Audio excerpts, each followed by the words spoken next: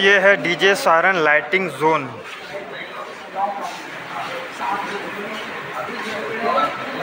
Resale expo,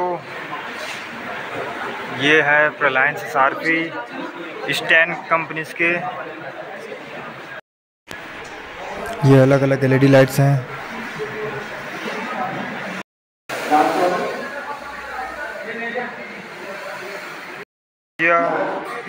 ये के सारफी stand light service.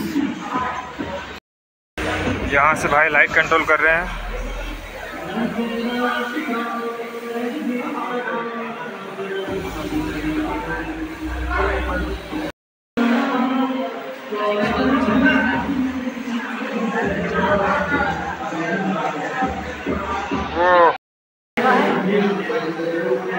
दोस्तों लेज़र लाइट जो है वो सोल्ड आउट हो चुका है, सोल्ड आउट का टैग लग चुका है इसमें।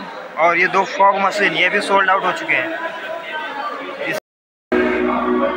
दोस्तों ये सारफीज की लाइट से गरम गरम लग रहा है, मस्त लाइट पड़ने से गरम गरम इफेक्ट आ रहा है। एक नंबर दोस्तों, बहुत बेहतरीन सीन है, लाइट चारों तरफ।